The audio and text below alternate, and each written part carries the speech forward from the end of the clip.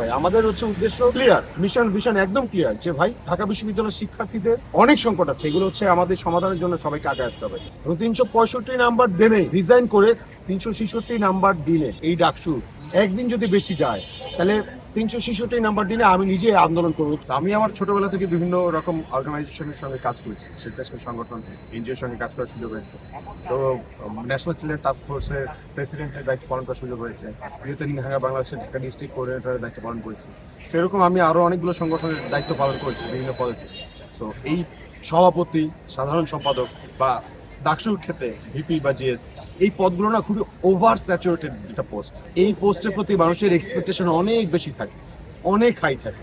তো দেখবেন 365 মাত্র দিন, 365 দিন সময় পাবে, এর মধ্যে হাই হালাও করতে করতে দেখবেন সময় চলে যাচ্ছে। হ্যাঁ, তো এখন এই পদগুলোতে কারা যেতে চায় বা ধরেন যাদের জাতীয় নেতা হওয়ার চিন্তা আছে বা আকাঙ্ক্ষা আছে, কিন্তু আমার তো জাতীয় নেতা হওয়ার আকাঙ্ক্ষা নাই। যতটুকু আপনারা আমাকে চেনেন আলহামদুলিল্লাহ, ইটস এনাফ ফর মি। কিন্তু কাহিনী হচ্ছে, ধরেন আমার তো দরকার ঢাকা বিশ্ববিদ্যালয়ের প্রশাসনের যে অনিয়ম, সেইগুলো তাদের সামনে চোখে চোখ রেখে কথা বলা শিক্ষার্থীদের জন্য, শিক্ষার্থীদের হয়ে, এবং তাদের কাছ থেকে আদায় করে নেওয়া। অনেক ক্ষোভ আছে ঢাকা বিশ্ববিদ্যালয় প্রশাসনের অনিয়মের ব্যাপারে। ঢাকা বিশ্ববিদ্যালয় অনেক আন্দোলন করেছি, কিন্তু আসলে সফলতার মুখ দেখি নাই। তারা যে আশ্বাস দিয়েছে, হ্যাঁ দাবি মেনে নিয়েছে, এই করবো সেই করবো, কিন্তু আসলে করে নাই। কিন্তু এটা আমাদের একটা সুযোগ আসছে শিক্ষার্থীদের সব প্রবলেমগুলো একসাথে অ্যাড্রেস করা এবং সেই সমাধানের জন্য মানে তাদের সাথে নেগোসিয়েশন করে সেগুলো আদায় করে নেওয়া, প্রশাসনের কাছ থেকে শিক্ষার্থীদের জন্য আদায় করে নেওয়া। তো এই যে একটা প্রসেস, এই প্রসেসের জন্য আমার কাছে মনে হচ্ছে যে ভাই আমার আলোচনা থাকার দরকার নেই, কিন্তু এজেন্সিতে থাকলে অন্তত আমি গিয়ে, তারা যদি আলোচনা থেকে হাইবাই করতে সময় চলে যায়, কিন্তু আমি গিয়ে অন্তত কাজগুলো বের করে নিয়ে আসতে পারবো। শিক্ষার্থীদের জন্য যেটা যেটা আমরা চাই সেটা আমরা বের করে নিয়ে আসতে পারবো। সেই জন্য এজেন্সি আসার, আসলে আমার কোনো ইশতেহার নাই, আমি কোনো ইশতেহার দিব না। আপনারা হয়তো কম বেশি সবাই জানেন, এর আগেও কিন্তু ডাকসু নির্বাচন হয়েছে, অনেকে ইশতেহার দিয়েছে। বাংলাদেশে আরো অনেক নির্বাচন মানুষ দেখেছে, নির্বাচনে বড় বড় ভোট মানে প্রার্থীরা তারা বড় বড় ইশতেহার দিয়েছে, এইটু করবো সেইটু করবো, কিন্তু আদতে কিছুগুলো হয়।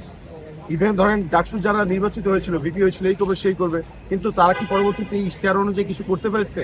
তারা কি শিক্ষার্থীদেরকে জবাবদিহিতা করেছে যে আমি কতটুকু করেছি কি করিনি? শিক্ষার্থীরা কি এটা বলতে পারবে যে তারা আমাদের কাছে এটা বলেছে?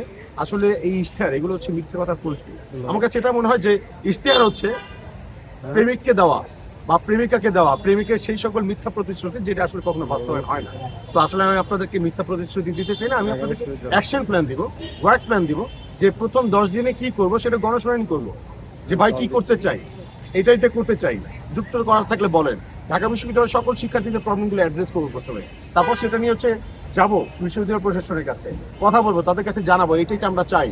তারপর তাদেরকে টাইম বেঁধে দিব, 1 মাস পর আবার গণশুনানি করবো, 2 মাস পর আবার গণশুনানি করবো, আপনি জানাবো। এবং যদি 1 মাস মানে 100 দিনের মধ্যে সেগুলো বাস্তবায়ন না হয়, তাহলে সবাইকে নিয়ে, সকল শিক্ষার্থীকে নিয়ে আমরা আন্দোলন প্রতিরোধ গড়ে তুলব। বিশ্ববিদ্যালয় প্রশাসনের কাছ থেকে আমরা তাদেরকে ধরে সেগুলো আদায় করে ছাড়বো। আর যদি না পারি, সেই অনুযায়ী যদি না পারি, রিজাইন করে দিব, রেজিগনেশন লেটার আগেই রেডি রাখবো। এবং 365 দিন কি করবো সেটা ওয়ার্ক প্ল্যান থাকবে। এবং 365 নাম্বার দিনে রিজাইন করে 366 নাম্বার দিনে এই ডাকসু একদিন যদি বেশি যায়, তাহলে 366 নাম্বার দিনে আমি নিজে আন্দোলন করবো নতুন ডাকসুর জন্য। ভেরি স্পেসিফিক ভাই, আমাদের উদ্দেশ্য ক্লিয়ার, মিশন ভিশন একদম ক্লিয়ার যে ভাই ঢাকা বিশ্ববিদ্যালয়ের শিক্ষার্থীদের অনেক সংকট আছে, এগুলো আমাদের সমাধানের জন্য সবাইকে আগে আসতে হবে, নামতে হবে, সমস্যার সমাধানের জন্য পথ খুঁজতে হবে, একসাথে লড়াইটা করতে হবে। যারা হবে আশা রাখি তারা করতে পারবে। তবে বাস্তবতা আগে তো দেখেছি ডাকসু নির্বাচনে দেখে একটা তিক্ত অভিজ্ঞতা আছে আমাদের। হ্যাঁ, তো এই ভিপিজিএস হইলে আসলে জাতীয় নেতা হওয়ার একটা টেন্ডেন্সি আমাদের কালচার হয়ে দাঁড়াইছে। তো আমি আসলে কালচারের মধ্যে করতে চাই না, যেহেতু কোনো দল করি না, দল নাই বল নাই। এখন ঢাকা বিশ্ববিদ্যালয়ের শিক্ষার্থীরা আসলে আমাদের শক্তি। তো ঢাকা বিশ্ববিদ্যালয়ের শিক্ষার্থীদের কাছ থেকে এত কিছু পেয়েছি, এত সমর্থন পেয়েছি। ঢাকা বিশ্ববিদ্যালয়ের শিক্ষার্থীরা যদি সমর্থন সময় মতো না দিত, তাহলে ওই রেল আন্দোলন করতে যাইতে পারতাম না। রেল আন্দোলনের কমলপুর যে গেছি, আমার লাস্টটা হয়তো খুঁজে পাওয়া যেত না। এই যে ঋণ, এটা আসলে পরিশোধ করার সময় আসছে।